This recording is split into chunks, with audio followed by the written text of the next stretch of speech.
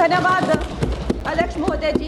आज से 1 साल पहले हमारे माननीय गृह मंत्री श्री अमित शाह जी ने यशस्वी प्रधानमंत्री श्री नरेंद्र मोदी जी के नेतृत्व में पूरे देश के सामने संकल्प लिया था, घोषणा की थी कि मार्च 31, 2026 तक हम ये जो माओवाद है, ये जो लेफ्टिस्ट वामपंथी टेररिज्म है, इसकी जड़ें जो है देश से उखाड़ फेंकेंगे। और आज इस सभा के द्वारा, इसके माध्यम से मैं हमारे गृह मंत्री जी को, हमारी सरकार को बहुत बहुत शुभकामनाएं देती हूँ। ये संकल्प सिद्ध करने के लिए उनकी बहुत सराहना करती हूँ। अध्यक्ष महोदय, 1967 में ये छोटी सी चिंगारी माओवाद की उठी थी। उस वक्त अगर कांग्रेस सरकार चाहती तो इसको उसी वक्त दबा सकती थी, लेकिन उन्होंने क्या किया, उल्टा उन्होंने आदिवासी लोगों को जो है वो सौतेला ट्रीटमेंट दिया। उनके बीच में जो एक वैचारिक दूरियां थी उनको कभी भी उन्होंने खत्म नहीं किया।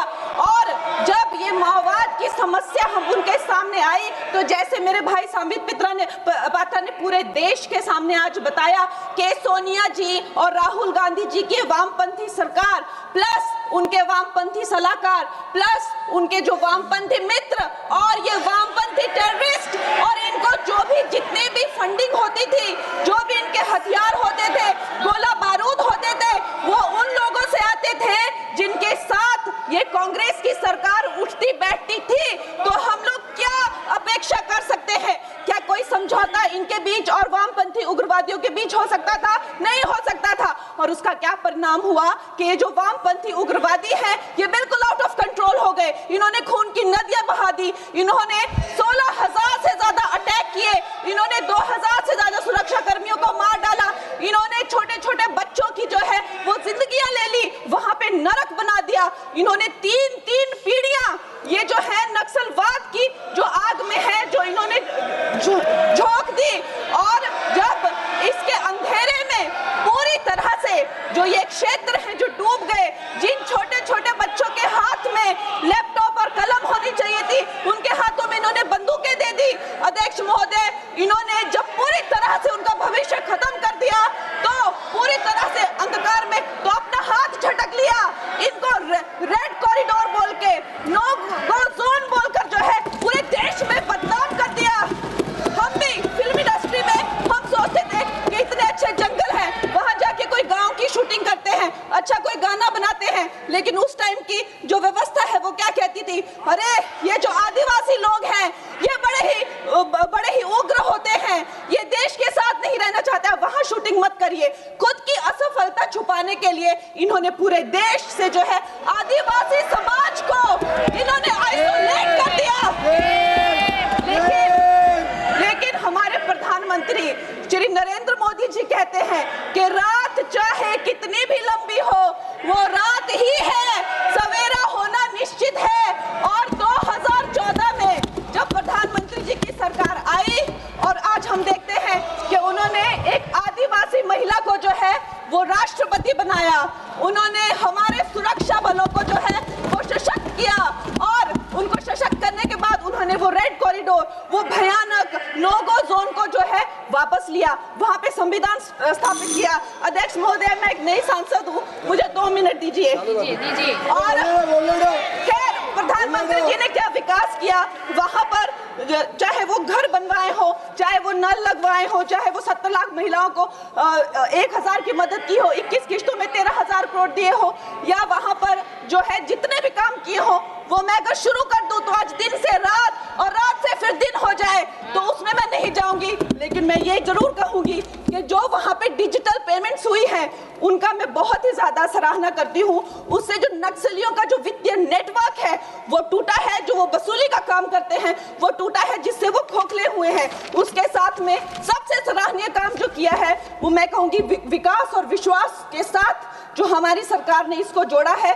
उसके उपरांत जो है उन्होंने जो समर्पण की नीति अपनाई है, 8,000 से ज्यादा युवा जो हैं वो समर्पण कर मुख्य धारा से जुड़े हैं, उनको 5 लाख की राशि और उनको रोजगार दिया जा रहा है।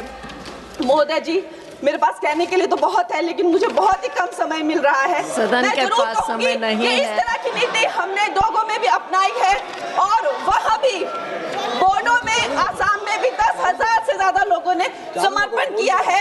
और मैं अंत में अध्यक्ष महोदय जी, मैं यही कहना चाहूंगी कि गृह मंत्री जी ने और प्रधानमंत्री जी ने पूरे देश में यह संदेश दिया है कि ये देश बंदूक की नोक से नहीं चलेगा, ये देश संविधान से चलेगा, ये देश जनता के विश्वास से चलेगा। फिर से मैं अपनी सरकार को बहुत बहुत बधाई देती हूँ। धन्यवाद। अध्यक्ष महोदय, आदरणीय प्रधानमंत्री महोदय जी को आपके माध्यम से मैं कहना चाहती हूँ कि शायद उन्हें अपने सलाहकार बदलने चाहिए। वे असलियत से एकदम टूट चुके हैं। नई नई कमेटियां बनाने से काम नहीं चलेगा। उनका अध्यक्ष चाहे कोई भी हो, राधा कृष्ण कमेटी भी व्यवस्था में सुधार लाने के लिए बनी थी। आज तक उसकी एक सिफारिश लागू नहीं हुई है। और इस नई कमेटी में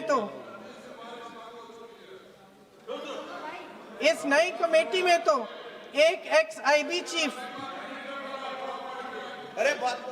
फिर चिल्लाएंगे, एक एक्स-आईबी चीफ, एक आईटी कंपनी के मालिक और एक गौमूत्र के विशेषज्ञ भी हैं।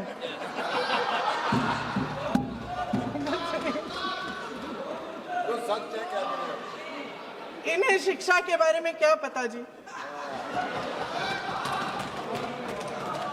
सच है। आप आज मेरे से नाराज हो रहे हैं। मन मुस्कुरा लीजिए। उनको आपने भी चुनाव लड़ा।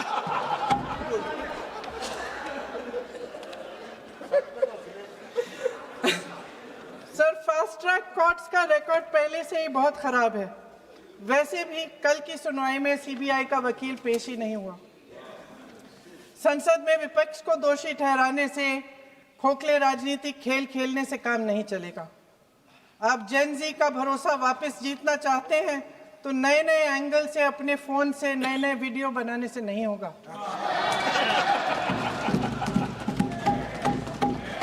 प्रधानमंत्री जी को कैमरे का एंगल नहीं, दिल का एंगल बदलना पड़ेगा। ये जेनरेशन जागरूक है, समझता है, झूठ पहचानने की उसकी अपार क्षमता है। इनका दिल और दिमाग जीतने के लिए आपको सच्चाई पर उतरना पड़ेगा।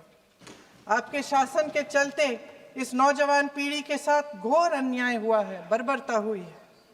इस सच्चाई को स्वीकार करिए। अपनी जिम्मेदारी से पीछे हटने से काम नहीं चलेगा। आदरणीय प्रधानमंत्री महोदय जी, आपको जिम्मेदारी लेनी पड़ेगी, ठोस कदम उठाने पड़ेंगे। शिक्षा विशेषज्ञों को इकट्ठा कीजिए, छात्रों, अध्यापकों, सभी स्टेक होल्डर्स को साथ लेकर, अन्य विचारधाराओं के थॉट लीडर्स के साथ गहरी चर्चाएं करवाकर एक नई शिक्षा प्रणाली तैयार कीजिए। मौजूदा नेशनल एजुकेशन पॉलिसी में 8 महीने तो एग्जाम चलते हैं, अध्यापकों को पढ़ाने का समय नहीं मिलता।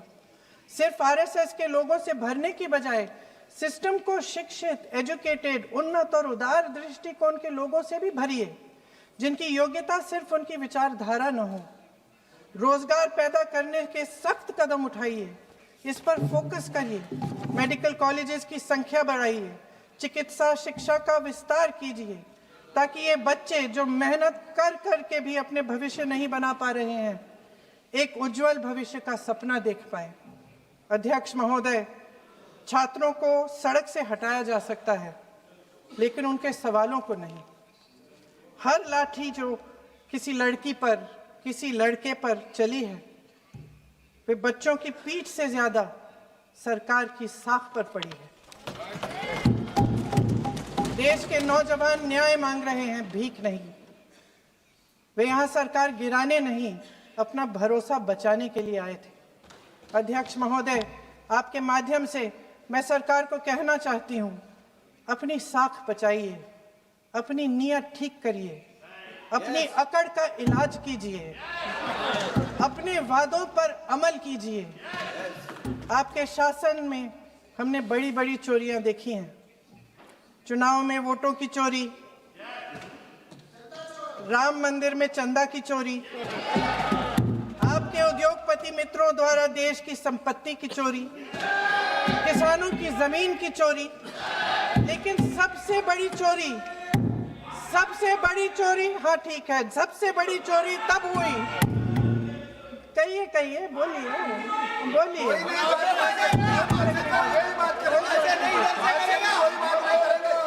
सुन लीजिए, शांति से सुन लीजिए, शांति से सुन लीजिए। आपको मौका मिलेगा, आप जितनी भी चोरियों की बात करना चाहते हैं आप कर लीजिए, अभी मेरा समय है। सबसे बड़ी चोरी तब हुई जब देश के नौजवानों के भविष्य, उनके सपने चुराए गए। भविष्य की चोरी, सपने की चोरी किसी भी चोरी से कहीं बड़ी होती है महोदय। अगर देश का युवा निराश हो जाए, अगर देश का युवा निराश हो गया, उसकी उम्मीद टूट गई, तो सबसे बड़ी हार भारत की हार होगी।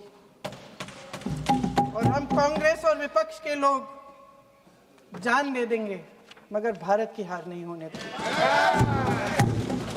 जय हिंद। सर अब तो मुस्कुरा लीजिए, भाषण खत्म।